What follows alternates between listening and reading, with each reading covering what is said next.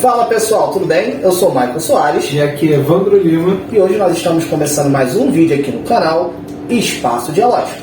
E hoje a gente vai falar, na verdade vai debater, né, sobre um anime, né, específico que se chama Tate no Yusha no Nagari. Acho que é assim que se fala. Eu chamo Tate no Yusha. Mas olha só, se você acha que é maneiro esse tipo de vídeo, dá uma comentada aqui embaixo, tá? E se puder, assiste até o final, tá? Que vai ser muito maneiro pra gente. Então, bora lá. Bom, a primeira coisa que eu quero falar do anime é que ele é um anime de preconceito, né?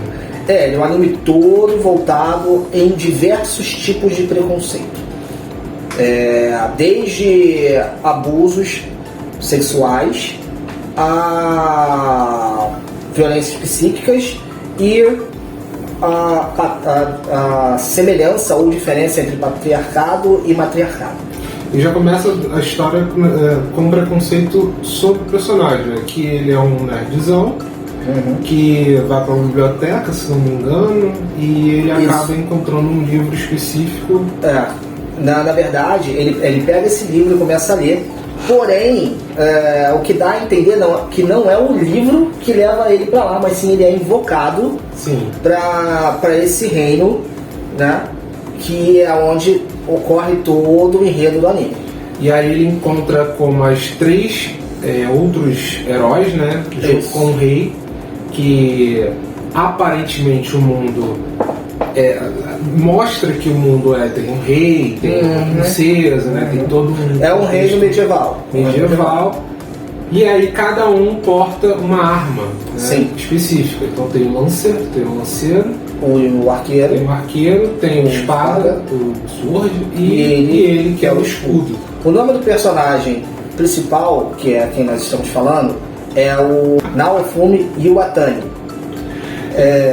Então, o fato dele existir nesse mundo não significa que ele conheça os outros três. Na verdade, cada um veio de um mundo específico. Ou de época diferente. O anime dá mais ou menos a entender isso. Ou eles são de mundos diferentes, na verdade de realidades diferentes, ou eles são de tempos diferentes. Tempos distintos. E aí uma das coisas que realmente confunde é que isso não importa muito na história, né? Eles meio que não se importam muito, eles fazem uma pequena reunião. Só que o que deixa claro ali, principalmente no começo, é que o rei não curte muito o cara do escudo. Ele não gosta muito do Naofumi. Ele meio que trata ele com indiferença, né? Ele trata os outros super bem, os outros três super bem, e o Naofumi ele trata meio mal. Diferente da princesa, que é a Malt, que aparece ali e concorda até em participar do grupo dele. Quando ninguém quis, né? É bem estranho você vê que ninguém quis acompanhar eles são chamados de guerreiros, né? Sim. Ele é o guerreiro do escudo, o herói do escudo, né? São titulares de herói, heróis da espada, do arco, da lança, e ele é o do escudo. Então assim, ninguém quis acompanhar o herói do escudo a não ser a Malt, que é a princesa, né? E todo mundo, mas ela vai acompanhar e tal, não sei o quê, e só ficam eles dois. E ela ensina todas as coisas pra ele, tudo, tipo uma pessoa maravilhosa, incrível. A humildade da Malt é algo que chega a ser fora do padrão, né? Tanto é que no começo da história, pelo menos dos 20 primeiros minutos, a gente vê que é um anime bem comumzinho, bem simplesinho, não tem nada muito grotesco. Ele começa até a lutar com os malizinhos ali, né? Que é ajudado por ela, e eles estão bem, né? Estão se conectando de alguma forma, até que a noite chega e acontece o problema social. O primeiro problema social que eu acho que, além do preconceito do herói do escudo, que isso vai se cercear na história toda, mas esse é o primeiro problema da história realmente. Sim.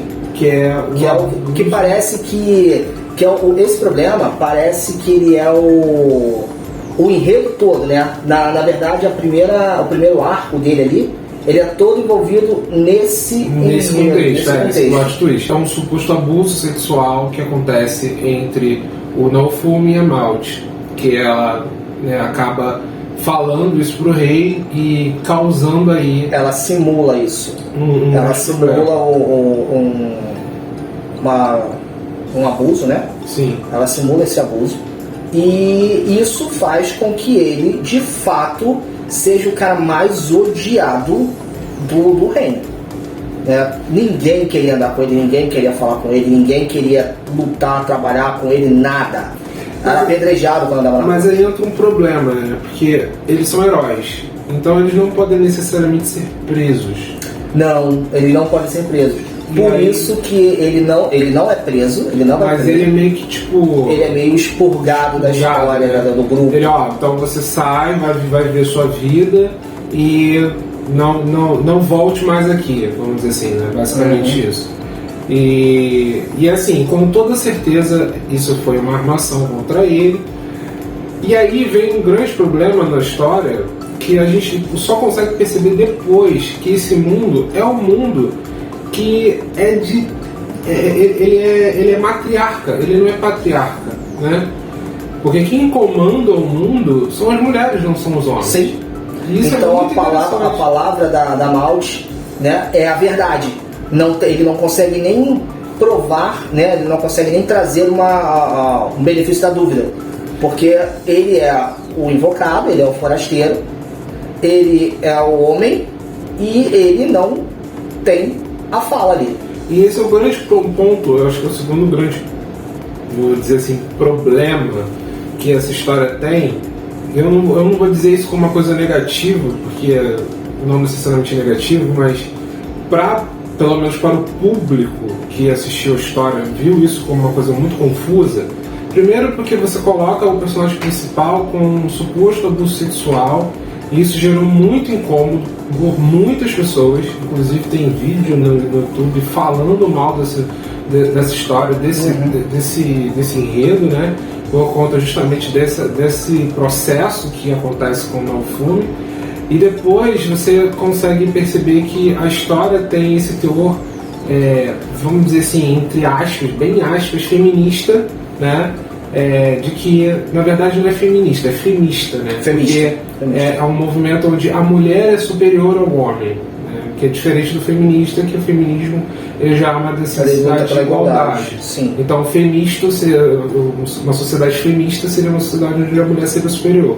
E aí entra nesse contexto de que o homem não tem vez, existe um rei que não necessariamente comanda ali, quem comanda na verdade é uma rainha que não estava naquele lugar, então você não sabe necessariamente qual era a ordem que ela tinha dado, né? Mas o Naofumi acaba sendo, né, escorraçado, e nenhum dos heróis vai em ajuda ao herói, porque os outros três, eles compram a história da Maud, né? E o lanceiro principal. O lanceiro eu não sei, não lembro o nome dele, mas ele é o tipo de cara que é lolicon. Ele adora princesinhas, garotinhas, essas coisas, né? Sim. E aí a Maud, por ser mulher, ser uma princesa, ele compra a história dela e ele agride o Naofumi. Exato. Né? E além de passar por essa mentira, ele é brutalmente agredido, não só pelo herói da lança, mas por cavaleiros, por moradores da cidade. E aí o que ele inventa para conseguir trabalhar, conseguir lutar e evoluir, né? Ele fala, eu vou evoluir, e ele cria na cabeça dele o sentido de vingança. E aí ele fica meio raivoso, né? Ranzinza, aquele cara que vamos dizer que é o típico excluidão do grupo. E aí eu não sei, isso também é uma outra coisa que joga muito mal com a história, acredito eu, que é essa fama misturada com o comportamento do personagem.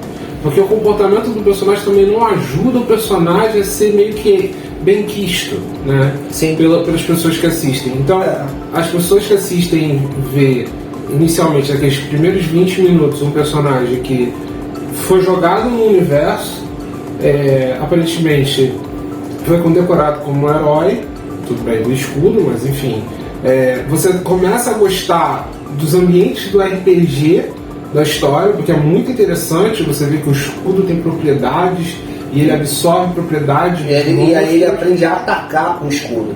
O escudo ele vira uma arma de ataque, não só de defesa. Isso é um pouco depois. Mas isso mais pra frente. Mais pra frente. Mas inicialmente ele começa a pegar as propriedades. Ele começa e aí ele começa a entender que ele precisa de uma pessoa para poder ajudar ele a ter essas propriedades. E aí que ele vem e faz algo que eu acho que carimba aí a fama dessa história e completamente a fama do personagem em si como uma coisa assim. Ele é um personagem completamente anti-herói, né? Não é um herói comum, tipo os outros personagens. Ele é um Deadpool da vida. Porque quando você fala de anti-herói, você vê, por exemplo, se você fala um Death Note da vida, histórias como essa, você tem uma sensação de que esses personagens eles estão fazendo a coisa certa, mas estão fazendo a coisa errada. Entende? Se você vê, por exemplo, o Kira, né? O Kira tem uma razão lógica, né? Que de uma certa forma é um sentimento do cara. Sim. E você tem o oposto, que é o Hélio, que não necessariamente é um personagem grandioso e... aliás, ele é um personagem grandioso, mas ele não é um personagem heróico, né? Ele tá ali para vencer o Kira. Então você não necessariamente tem uma ambiguidade de bom e mal, sim do certo e errado. Né? Neste caso, ele não só faz coisas erradas como comportamentos raivosos e estressantes para você sentir assim, eu não consigo me adequar a esse personagem.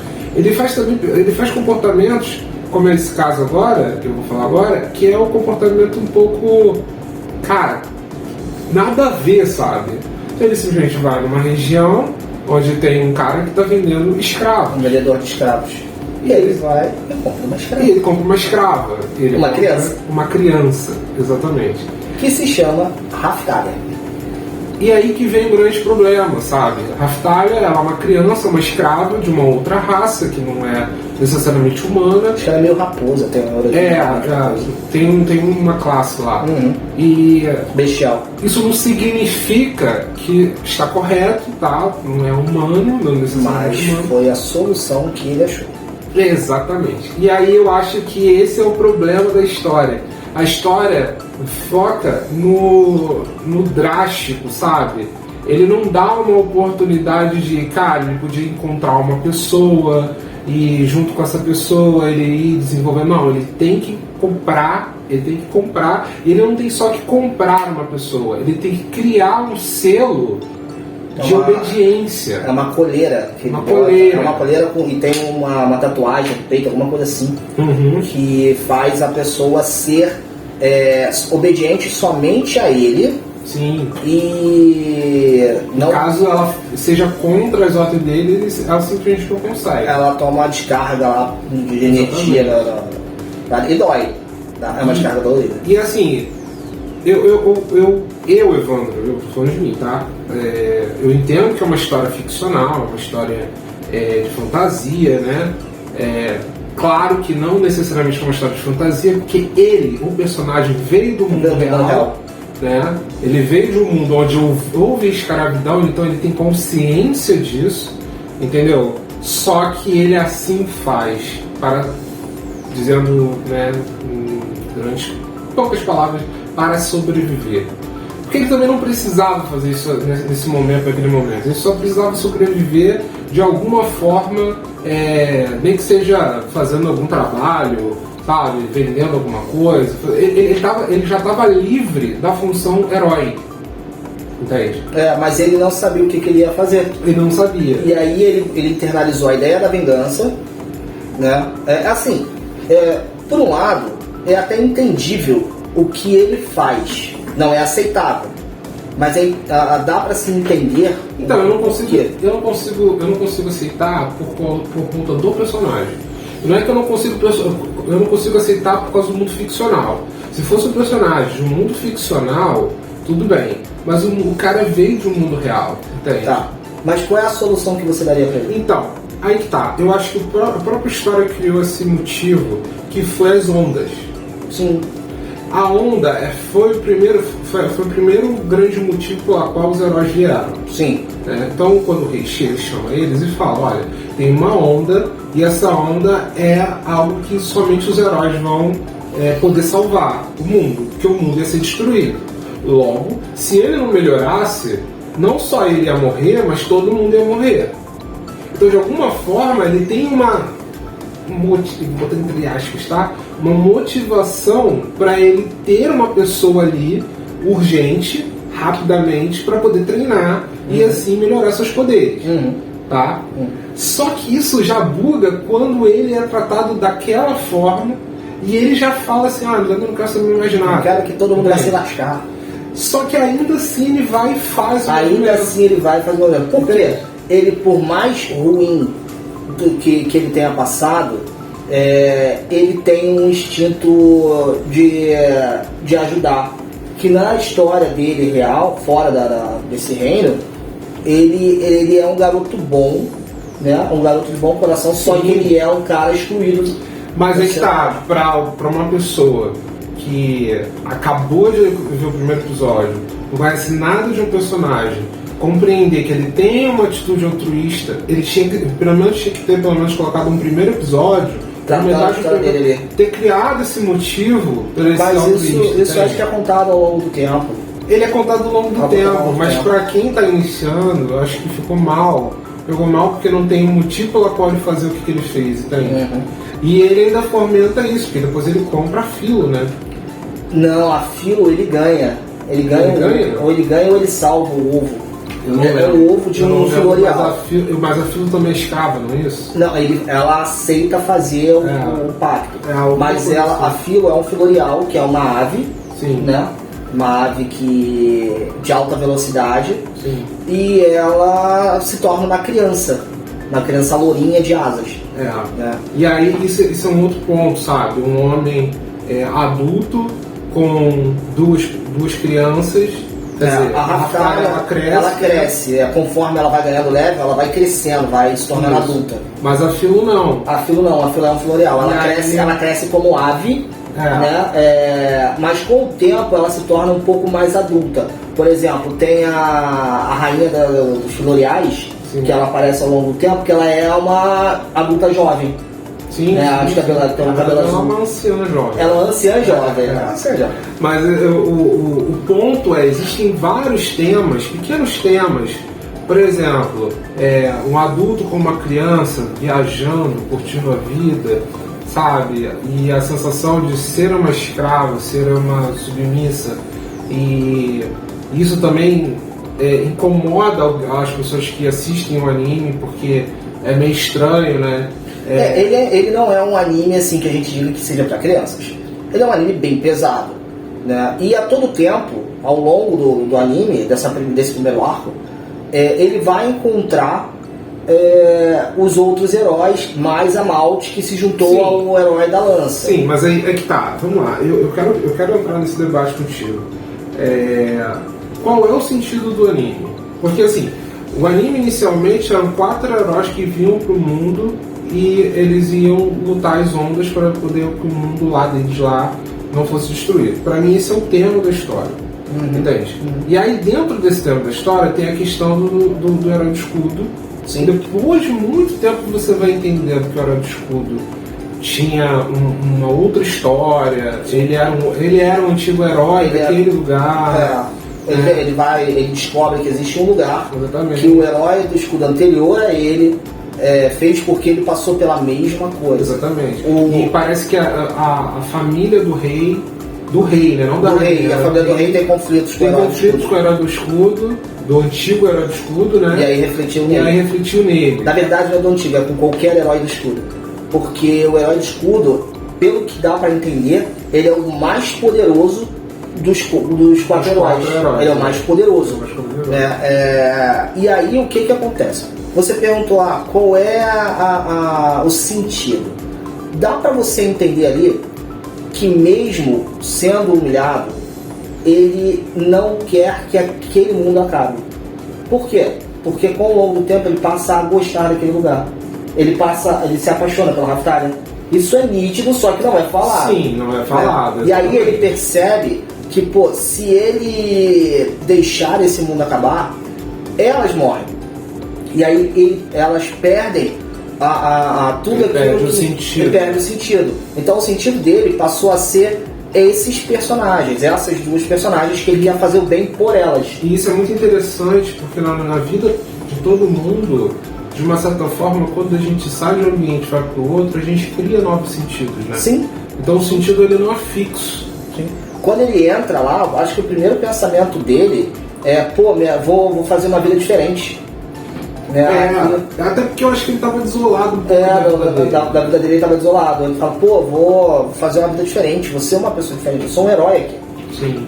E aí ele toma na tarraqueta lá com a Malte, né? A Malte sacaneia ele. Mas isso ao longo do anime, total. Ao longo do anime. Eu acho que a história hoje no anime tá com 4 temporadas, não é isso? No mangá acho que tá com 2. No mangá não, no anime tá com 2. Foi o primeiro arco, que é até o... Não, cara, já tem mais, não? Não. A história da tartaruga é a segunda temporada, o segundo arco? Ah, tá. E aí vem o terceiro arco, que é quando eles pulam dentro do... Que já é um outro... Que eles estão em outro reino. Aí futuramente vão aparecer heróis de outra realidade. Que aí depois você descobre um pouco melhor sobre as ondas, que é o tema da história mesmo. Sim. Que na verdade essas ondas são um processo meio que do universo que eles chocam com outros planetas. Então outros heróis de outros planetas vão até esse mundo onde o Tatanuja está e eles acabam conflitando para poder fazer com que um planeta seja engolido pelo outro. Então, isso é maneiro. Eu acho que essa história já entra neste arco já, principalmente a história da tartaruga, já é algo que você já consegue gostar um pouco do enredo. O da tartaruga foi bem legal. Foi bem legal. Mas até chegar lá... É pesado. É complicado. Ao longo do tempo, ao longo do anime, você vai vendo que as coisas vão se encaixando e ele vai conseguindo resolver as coisas, ele vai conseguindo gente pro grupo dele, né? Tem uma menina, que eu não vou lembrar o nome dela, que ela usa fantasias, né? Que ela usa uma habilidade que ela precisa usar fantasia. Exatamente. E aí ela era do grupo do arqueiro, do herói do arco. Ela ainda gosta do arqueiro. Ela é apaixonada pelo herói do arco, porém ele a exclui, porque ela é fraca. E aí nosso personagem... E aí entra de novo aquela coisa assim. Não significa que a história transforma os outros personagens em vilões. Não. Né? Não é isso. A história não é que vai... o lanceiro é o babacão porque tá com a Malte. Não, é o babacão. O arqueiro é o babacão porque faz o arqueiro, aquela situação, se eu não me engano, é o arqueiro ou o da espada, ele os dois são... Não, é o arqueiro. Ele é o mais centrado do grupo. Ele é o mais observador. Ele é o que consegue mediar ali a história. Ele é o que fica mais neutro em relação ao Naofumi. Né? Quem não gosta mesmo do Naofumi é o lanceiro. E o espada, ele tá cagando, na verdade. Ele só quer ser o fodão e tal. Isso. É meio que... esses personagens... Aí que entra um outro problema também. Esses personagens, eles são tão rasos na história... Sim, eles são muito rasos. Que eles não têm importância. Porque, assim, são 4 heróis.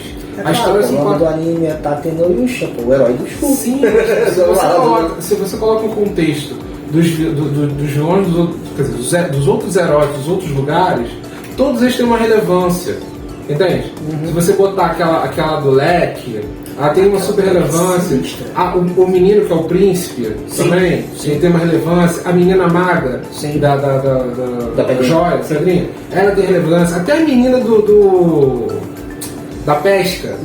Ela também a da tem pesca relevância. É sinistra. Agora, tu fala desses 3, nenhum deles tem relevância. Mas sabe por que ele não tem relevância? Parece que ao longo da história, realmente, esses 3 heróis, eles não têm relevância e nunca tiveram. Nunca tiveram. E nenhum deles, passados, também tinham. Eles eram só os heróis. Chegavam lá, resolviam a parada e iam embora. Sim. Né? Não, mas eu tô falando assim, uma relevância na história em si. Sim. Porque você tem a relação desses personagens com o Naofumi e você acaba gostando desses personagens, sabe? Você gosta de personagens que estão em outro planeta. Na real, eu acho que se você pega, porque já aconteceu, né? A Raftalia ela se transforma na Guerreira da Espada lá, né? Sim. Eu acho que é a Guerreira da Katana. Guerreira da Katana. É. Guerreira da Katana. E aí, na verdade, é a heroína da Katana, né? E aí, cara, dependendo da situação, o filme pega ela e vai para outro mundo e destrói esse mundo aqui, entendeu? Porque, cara, é aquilo. Pra mim. Mas ele pensa nisso. Sentido. Ele pensa nisso. Aqui é tão bizarro a história neste ponto que eu fico falando assim: o que o filme tá fazendo nesse mundo, cara? Por que o Naofumi tá defendendo um mundo que humilha ele, que esculacha ele, que ninguém gosta dele? Aí você tá entrando no lado psicológico, entendeu? Síndrome do vira-lata. É bizarro. Mas é o mundo da Raftalia. Cara, a Raftalia não tem ninguém. A Raftalia só tem o Naofumi. Não, ela tinha uma família que morreu. Tinha, mas aí é aquela questão de, é meu lar. Foi lá onde eles começaram. Ele não tinha lar ali na Terra. Porra, mas aí foi pra lá, é meu lar. Mas aí tem um caso interessante que acho que tem uma conversa entre eles sobre ele voltar. Né? Não, ele pode. Não, aí que tá. Ele vencer as ondas e o outro mundo for engolido, ele volta. Ele volta pra casa. Ele pode, na verdade, ele pode escolher. A Filolial grandona lá que falou que ele pode voltar ou ele pode. Tanto é que o antigo Tatenuyusha, que era o dono dela, voltou. Entendeu? Ele não ficou. Então ele pode voltar. Só que assim, claro que ele não vai voltar por causa da Raftalia. Isso é claro. Isso é fato. Mas é que se não existisse Raftalia, ele voltaria. Não voltaria. Então talvez ele já tivesse até morrido. Talvez, é provável. Ou viveria numa vilazinha de boa, fazendo as coisas de boa. Ou viveria numa vilazinha não, né? Porque ele seria o cara ignorado. Ele só ia viajar. Então, mas aí naquele mesmo mundo tem 4 reinos. Sim. Entendeu? Não tem só aquele reino. Ele pode ir para outros reinos, que ele não é conhecido. Entendeu? Porque isso é o lance do Tatenuyusha. O Tatenuyusha é tão grande, eu acho que ele é tão grande e ele é muito pouco explorado. Você não precisava fazer um lance de, nossa, tem um mundo engolindo o Pokémon. Né? Sabe? Você já tinha os podia botar uma guerra ali entre os. Podia botar uma guerra, exatamente. Mas esse é um problema meu com o anime, né? Que eu particularmente, não acho ele muito bom, né? Eu acho ele só... Não, eu acho o anime bom. Eu gostei. Eu me identifiquei com o Naofumi ao longo do tempo, porque, o cara só sofre. E aí chega uma hora que ele precisa... Ele tem aí umas resistências, né? Ele tem uma forma... O personagem é interessante. Aliás, ele no começo ele não faz sentido. Mas durante a história você vai entendendo que ele tem ali não só aquelas questões que aconteceram com o rei, com a Malte, mas ele tem outras resistências. Que ele tem dificuldade de relacionar, ele tem dificuldade de ter amigos. Então, assim, isso é interessante como um plot para explicar por que ele é assim. Né? Por que ele tem a resistência, por que ele criou uma dependência emocional com a Raftalia. Né? Porque ele cria uma dependência emocional com a Raftalia. E vice-versa, mas ela está apaixonada, ele não, ele é dependente. Né? Então, ele precisa dela. Ele precisa dela. Parece até uma coisa existencial. Quando a Raftalia some, ele fica perdido. Ele fica perdido. Como se o mundo dele tivesse acabado. Exatamente. Então isso é interessante para você contextualizar o personagem. Sabe? Eu gosto mais deste Naofumi, entende? Mas aí, até chegar ele... aconteceu muita coisa desnecessária. É um arco e meio. Então assim, eu falo que o início de Tatenuyusha pra mim é completamente zoado. Você tem que ter um pouco de energia e entender que você tem que chegar até um ponto ali que você vai começar a gostar da história e aí você vai começar a gostar do personagem pelo contexto psicológico dele, entendeu? Porque ele é muito interessante. Tem uma questão que mostra essa questão dele de não ser um cara ruim, que ele consegue provar a inocência dele, né? Por quê? No sistema desse reino, quem manda é a rainha. Sim. Né? A rainha não sabia de nada daquilo. Ela não sabia o que estava acontecendo. Também. E o rei, né? Aí depois ela volta pra... O Naofumi, ele encontra a irmã da Malt, que é a outra princesa, que é a segunda princesa. Que até faz um tempo fica no grupo. Ela também, fica né? no grupo dele, Depois ela fica só no reino. E aí ela consegue entrar em contato com a mãe, explica o que está acontecendo e a mãe volta. E aí quando ela só se resolve por isso também. E só se resolve por isso. Porque senão ele ia ser achovalhado, ia ficar ali. É por isso que eu tô falando, esse começo ele é tão raso que ele não faz sentido nenhum e ele se resolve assim, ó, com uma facilidade enorme. Entende? Porque se não tivesse a mãe, se não tivesse uma superior e falar assim, ó, vocês estão fazendo merda aqui, não ia rolar, não tinha motivo, entendeu? E pra mim isso é um problema do autor, entendeu? Da autora, eu acho. Não sei se é um homem. Eu acho que é homem. Pra mim, mulher. Tá, eu não sei, eu não vou opinar nessa parte. Bom, aí a rainha volta, né? E faz com que ele consiga ter o status de novo, né? Basicamente é isso, gente. Só que ele não quer voltar, ele prefere... Ele cria raiva, ele prefere ficar sozinho, na verdade, com o grupo dele, e ele compra uma carruagem. Pra filho puxar. E vai embora, vai se tornar meio que um comerciante, que é o que eu falei, sabe? Eu acho que assim, se ele já tivesse... Porque a ideia dele é, bom, já que eu não vou conseguir ser herói, eu vou ser comerciante, entendeu? Que aí eu faço algumas coisas com escudo e tal, ele já estava fazendo algumas propriedades com escudo, então ele poderia muito bem ter feito esse movimento, entendeu? Ter vivido a vida dele de boa, a história não precisava cair porque tem esse sentimento de urgência por causa das ondas. Mas é como a Suki diz, é anime, bem. Anime. Bom, então, acho que deu pra trazer uma ideia legal sobre anime. Espero que vocês gostem, tá? A gente não falou a fundo sobre tudo do anime e tal. É mais uma visão psicológica. Claro. Tá? E se você gostou do nosso vídeo, tá? Deixa seu like, se inscreva no canal, compartilhe esse vídeo. Se você quer saber mais sobre histórias de animes e personagens de animes, deixa nos comentários aí que tipos de histórias e que tipo de anime você quer falar, que personagem você quer que a gente traga aqui.